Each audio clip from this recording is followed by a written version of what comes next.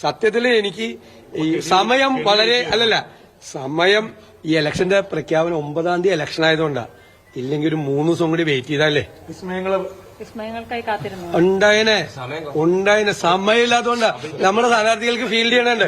3 ദിവസം കൂടി കാത്തിരിക്കുന്നത് എന്റെ ഉള്ളിലൊരാഗ്രഹമുണ്ട്. ഞാൻ 23-ാം തീയതിയാണ് ഇലക്ഷനെങ്കിൽ ഞാൻ ദേശീയ നേതൃത്വത്തോടും സംസ്ഥാന നേതൃത്വത്തോടും ഞാൻ റിക്വസ്റ്റ് ചെയ്യുന്നു, ഒരു 3 ദിവസം കൂടി സ്ഥാനാർത്ഥിയെ പ്രഖ്യാപിക്കാൻ. നമസ്കാരം. മലയാളി വാർത്ത ഇൻസൈഡിലേക്ക് സ്വാഗതം. എല്ലാം പെട്ടെന്നായിരുന്നുവെന്നാണ് VD സതീശൻ ഇപ്പോൾ പറയുന്നത്. സമയമില്ല, അതുകൊണ്ട് വിസ്മയങ്ങൾ ചീറ്റി. പഠിക്കൽ കൊണ്ടുപോയി കലമുടച്ച അവസ്ഥയിലാണിപ്പോൾ കോൺഗ്രസ്.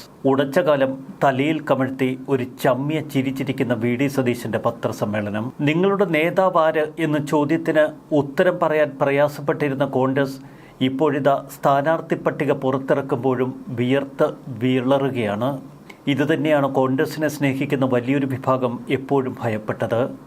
ഇത്രയധികം കാലം മുന്നിൽ കിട്ടിയിട്ടും സ്ഥാനാർത്ഥി നിർണയത്തിൽ ഒരു ഏകദേശ രൂപരേഖ തയ്യാറാക്കി വയ്ക്കാൻ കഴിയാതിരുന്ന ഈ നേതൃത്വം എങ്ങനെ കേരളത്തെ ഇനി മുന്നോട്ട് കൊണ്ടുപോകും? കെ സുധാകരൻ്റെ ആർത്തി എന്ന് പറഞ്ഞ് സുധാകരനെ നമുക്ക് ആക്ഷേപിക്കാം, പരിഹസിക്കാം.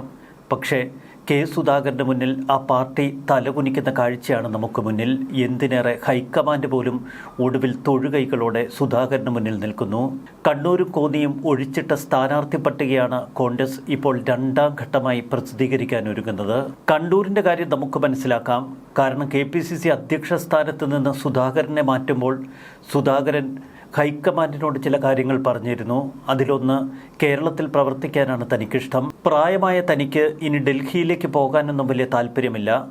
എന്നാൽ കണ്ണൂർ സീറ്റ് കഴിഞ്ഞ ലോക്സഭാ തെരഞ്ഞെടുപ്പിൽ പിടിച്ചെടുക്കണമെങ്കിൽ സുധാകരൻ തന്നെ മത്സരിക്കണം, അതുകൊണ്ട് കണ്ണൂരിൽ മത്സരിക്കുക എന്നാണ് ഹൈക്കമാൻഡ് പറഞ്ഞത്. ലോക്സഭയിൽ മത്സരിച്ചാലും വരുന്ന നിയമസഭാ തെരഞ്ഞെടുപ്പിൽ താൻ മത്സരിക്കുമെന്നും കേരളത്തിലെ ഭരണകൂടത്തിൽ താൻ ഉണ്ടാകുമെന്നും അന്ന് സുധാകരൻ ഹൈക്കമാൻഡിനോട് പറഞ്ഞു. ഇത് ഹൈക്കമാൻഡ് അംഗീകരിക്കുകയും ചെയ്തു. അങ്ങനെയാണ് KPCC അധ്യക്ഷ സ്ഥാനത്ത് നിന്ന് സുധാകരനെ നീക്കുന്നത്. അതുകൊണ്ട് സുധാകരൻ ഇപ്പോൾ നിയമസഭയിൽ മത്സരിക്കണമെന്ന് വാശി പിടിക്കുമ്പോൾ അതിൽ നമുക്ക് കുറ്റം പറയാൻ കഴിയില്ല. എന്നാൽ മറുവശത്ത് കോന്നിയിലെ സ്ഥിതി അതല്ല. അടൂർ പ്രകാശ് എന്നൊരു കഥാപാത്രം വലിയ സ്ഥാനമാനങ്ങളൊക്കെ നേരത്തെ തന്നെ പാർട്ടിയിൽ വാങ്ങിയെടുത്തിരുന്നു. എല്ലാം സമുദായത്തിൻ്റെ പേരിലാണ്. ലോക്സഭ വരുമ്പോൾ ലോക്സഭയിൽ ചാടിക്കയറി മത്സരിക്കും. ഡൽഹിയിലെങ്ങാനും ഭരണം കിട്ടിയാൽ സമുദായത്തിൻ്റെ പേരിൽ ഒരു കേന്ദ്രമന്ത്രിയാകാമല്ലോ. തിരികെ നിയമസഭയാകുമ്പോൾ അവിടെയും മത്സരിക്കും. കേരളത്തിൽ മന്ത്രിയാകാനാണ് പൂതി. ഇക്കുറി മുഖ്യമന്ത്രി സ്ഥാനത്തിനൊന്ന് ഇടിച്ചു നോക്കണമെന്നാണ് അടൂർ പ്രകാശിൻ്റെ കണക്കുകൂട്ടൽ. കെ സുധാകരൻ കട്ടയ്ക്ക് കോർത്തതോടെ അക്കൂട്ടത്തിൽ നിന്ന് അടൂർ പ്രകാശും പയറ്റി തനിക്കും മത്സരിക്കണം, ഇല്ലെങ്കിൽ LDFിൻ്റെ പേരിലാണെങ്കിലും താൻ മത്സരിക്കുമെന്നൊക്കെ അടൂർ പ്രകാശ് ഭയപ്പെടുത്തി. അടൂർ പ്രകാശിൻ്റെയും കെ സുധാകരൻ്റെയും സമ്മർദ്ദങ്ങൾക്ക് മുന്നിൽ ഒടുവിൽ കോൺഗ്രസ് പതറുന്ന കാഴ്ചയാണ് കേരളത്തിന് മുന്നിൽ. ഇത് കോൺഗ്രസ് അണികളെ നിരാശപ്പെടുത്തുന്നു. മറുവശത്ത് UDF അനുകൂലികളെ വലിയൊരു തലത്തിൽ ഇത് സ്വാധീനിച്ചിരിക്കുന്നു. കേരളത്തിൽ തദ്ദേശ ഭരണ തെരഞ്ഞെടുപ്പിന് ശേഷമുണ്ടായ വലിയ UDF തരംഗം. എന്നാൽ എല്ലാം മുടിച്ച് തേച്ചു കഴുകുന്ന കാഴ്ചയാണ് മറുവശത്ത് നേതാക്കളുടെ ഭാഗത്തു നിന്നുണ്ടാകുന്നത്. നേതാക്കൾക്ക് ഐക്യബോധമില്ല. ഈ കളിയിൽ സൂക്ഷ്മതയോടെ കരുക്കൾ നീക്കുകയാണ് രമേശ് ചെന്നിത്തല. കാരണം ചെന്നിത്തലയ്ക്കറിയാം വിജയിച്ചു വരുന്ന MLAമാരിൽ ഭൂരിപക്ഷവും തന്നെ പിന്തുണയ്ക്കുമെന്ന്. VD സതീശനാകട്ടെ പറയേണ്ടതും പറയേണ്ടാത്തതുമൊക്കെ ഒരു ധാർഷ്ട്യ ഭാഷയിലാണ് പ്രതികരിക്കുന്നത്. ഇത് പലരെയും അസ്വസ്ഥരാക്കുന്നു. പിണറായിസം കോൺഗ്രസിലേക്ക് പകർത്തിയാൽ അതിവിടെ ചെലവാകില്ല എന്ന് പിറുപിറുക്കുന്നവരുണ്ട് ഏറെ. കേരളത്തിലെ ജനങ്ങളിൽ വലിയൊരു വിഭാഗം ഇപ്പോഴും സതീശനെ ഇഷ്ടപ്പെടുന്നു. കാരണം സതീശൻ്റെ ആ കരുത്ത് കോൺഗ്രസ് പാർട്ടിയെ മുന്നോട്ട് കൊണ്ടുപോകാൻ സഹായിക്കുമെന്നാണ് അവരൊക്കെ കരുതുന്നത്. എന്നാൽ ഈ ദുർഘടഘട്ടത്തിൽ സതീശൻ്റെ തൻപിടുത്തവും ധാർഷ്ട്യവുമൊന്നും കോൺഗ്രസിനെ രക്ഷിക്കാൻ എത്തുന്നില്ല എന്നത് നമ്മൾ തിരിച്ചറിയണം. നേതാക്കൾ തമ്മിലടിക്കുന്നു. പ്രത്യേകിച്ച് പല മണ്ഡലങ്ങളിലും സീറ്റുകൾക്ക് വേണ്ടി. പല സീറ്റുകളും ഗ്രൂപ്പ് സമവാക്യങ്ങളുടെ പേരിൽ തുലച്ചെടുക്കുന്ന കാഴ്ചയാണ് നമ്മൾ കാണുന്നത്. തിരുവനന്തപുരത്ത് മത്സരിക്കാൻ കോപ്പുകൂട്ടിയ VS ശിവകുമാർ തിരുവനന്തപുരം കോൺഗ്രസ് പാർട്ടിക്ക് തന്നെ തീയിടുന്ന കാഴ്ച. ഒടുവിലിത ശബരിനാഥൻ നിയമത്തേക്ക് ഒതുങ്ങുന്ന കാഴ്ചയും നമ്മൾ കാണുന്നു. വളരെ സൂക്ഷ്മതയോടെ സീറ്റുകൾ ക്രമീകരിക്കാൻ ഇടതുപക്ഷത്തിനും CPMനും കഴിഞ്ഞു. ശരിയാണ്, CPMൽ പല പൊട്ടിത്തെറികളുമുണ്ടായി. അമ്പലപ്പുഴയിൽ G സുധാകരനും തളിപ്പറമ്പിൽ ഗോവിന്ദനുമൊക്കെ നമ്മൾ കണ്ടു. എന്തിനേറെ പയ്യന്നൂരിലെ കുഞ്ഞികൃഷ്ണനും വിമതനായി രംഗത്ത് വന്നു. എന്നാൽ ഇത്തരം വിമത നീക്കങ്ങളിൽ പാർട്ടി ഒറ്റക്കെട്ടായി നിൽക്കുന്ന കാഴ്ചയാണ് നമ്മൾ കണ്ടത്. CPMനെ അടപടലം തന്റെ കക്ഷത്തിലാക്കിയ പിണറായി വിജയൻ ഇനി ഭാവിയിൽ മുഹമ്മദ് റിയാസിന് ഒരു ഭീഷണിയും ഉണ്ടാകില്ല എന്നുറപ്പിക്കുന്ന തലത്തിലാണ് ഇപ്പോൾ സ്ഥാനാർത്ഥി ലിസ്റ്റ് പുറത്തുവിട്ടത്. മറുവശത്ത് കോൺഗ്രസ് ആവട്ടെ അട്ടപടലം വിരണ്ടു നിൽക്കുന്നു. ഒന്നാം സ്ഥാനാർത്ഥി പട്ടിക പുറത്തിറങ്ങിയപ്പോൾ പല സ്ഥലങ്ങളിലും പൊട്ടിത്തെറി. കൊച്ചിയിലൊക്കെ വിചിത്ര കാഴ്ചകളാണ് നമ്മൾ കാണുന്നത്. സ്ഥാനാർത്ഥി പ്രഖ്യാപനത്തിന് മുൻപ് തന്നെ ദീപ്തി മേരി വർഗീസ് പോസ്റ്ററുകൾ അടിച്ച് പല സ്ഥലങ്ങളിലും ഒട്ടിച്ചു തുടങ്ങി. അവിടെ മറ്റു ചില സ്ഥാനാർത്ഥികൾക്ക് സാധ്യതകൾ ഏറുമ്പോഴാണ് ദീപ്തി മേരി വർഗീസിന്റെ ഇത്തരം പ്രയോഗങ്ങൾ. തനിക്ക് തൃക്കാക്കരയിൽ തന്നെ മത്സരിക്കണമെന്നില്ല, വെല്ലുവിളിയുള്ള സീറ്റുകളിൽ ഏതിലെങ്കിലും മത്സരിക്കാമെന്നാണ് ദീപ്തി മേരി വർഗീസ് പറയുന്നത്. പൊതുവെ UDF അനുകൂല മണ്ഡലമായി നിൽക്കുന്നതാണ് കൊച്ചിയിലെ കാഴ്ചകൾ. എന്നാൽ ഇക്കുറി 2020 ഏറെ മുന്നോട്ട് പോയിരിക്കുന്നു, പ്രത്യേകിച്ച് സീറ്റ് വിഭജന കാര്യങ്ങളിൽ. NDA മുന്നണിയിൽ അവർ വളരെയേറെ സീറ്റുകൾ നേടിയെടുക്കുന്നതിൽ വിജയിച്ചു. 2020 UDF വോട്ട് ബാങ്ക് പിളർത്തിയാൽ അത് LDFന് കൊച്ചി ഭാഗത്ത് കൂടുതൽ ഗുണകരമാകും. പാലക്കാടാണ് ഏറെ വിചിത്ര കാഴ്ചകൾ നമ്മൾ കാണുന്നത്. രാഹുൽ മാങ്കൂട്ടം തന്റെ കൈപ്പിടിയിലൊതുക്കിയ മണ്ഡലം രമേശ് പിഷാരടിക്ക് നിലനിർത്താൻ കഴിയുമോ എന്ന ആശങ്ക പല കോൺഗ്രസ്സുകാരിലുമുണ്ട്. അവിടെ വേണ്ടിയിരുന്നത് ഒരു രാഷ്ട്രീയ മത്സരമായിരുന്നുവെന്നാണ് ഇപ്പോൾ ഭൂരിഭാഗം പറയുന്നത്.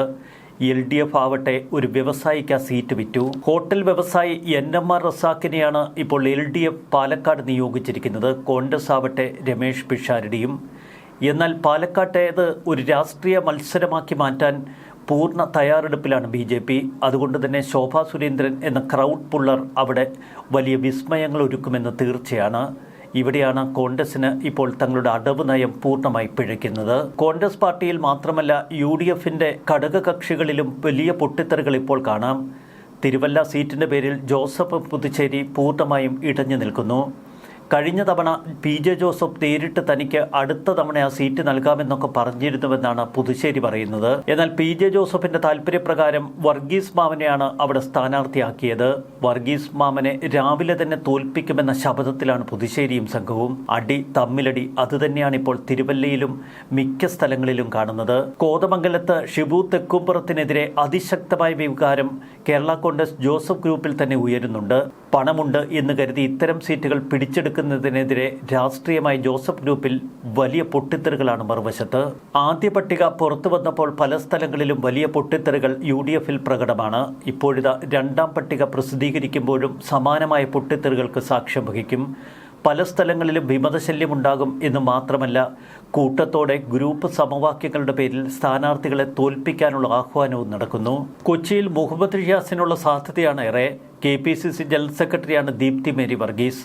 ഇത്തരത്തിൽ പല തർക്കങ്ങളും പല മണ്ഡലങ്ങളിൽ ഇപ്പോൾ തുടരുകയാണ്. ഇതിനെയൊന്നും നിയന്ത്രിക്കാൻ ഹൈക്കമാൻഡിനോ കേരളത്തിലെ കോൺഗ്രസ് നേതൃത്വത്തിനോ കഴിയുന്നില്ല. ജോസഫ് ഗ്രൂപ്പിന് പിന്നാലെ മുസ്ലിം ലീഗിലും വലിയ പൊട്ടിത്തെറികൾ. അബ്ദുറഹ്മാൻ രണ്ടത്താണിയെ തൂക്കിയെടുക്കാനുള്ള കരുനീക്കങ്ങളാണ് ഇപ്പോൾ LDF നടത്തുന്നത്.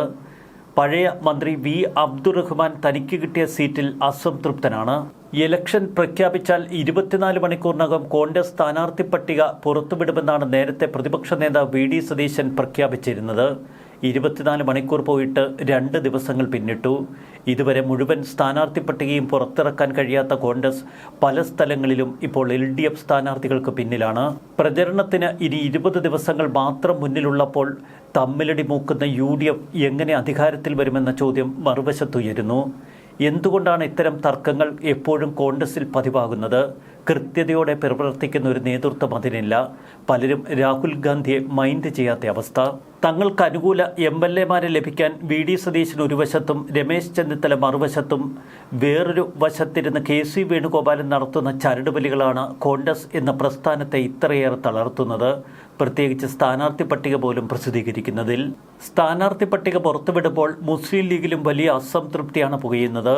മുസ്ലിം ലീഗിന്റെ മുതിർന്ന നേതാവും മുൻ MLAയുമായ അബ്ദുറഹ്മാൻ രണ്ടത്താണി ഇടതുപക്ഷ പാളയത്തിലേക്ക് എത്തുന്ന ഒരു വിചിത്ര കാഴ്ചയാണ് ഒരു വശത്ത്. 2006ലും 2011ലും അബ്ദുറഹ്മാൻ രണ്ടത്താണിയായിരുന്നു താനൂരിലെ MLA. താനൂരിൽ മന്ത്രി V അബ്ദുറഹ്മാനെയാണ് LDF സ്ഥാനാർത്ഥിയായി പ്രഖ്യാപിച്ചത്. എന്നാൽ താനൂരിൽ മത്സരിക്കാൻ തനിക്ക് താല്പര്യമില്ല എന്ന് V അബ്ദുറഹ്മാൻ പറഞ്ഞു കഴിഞ്ഞു.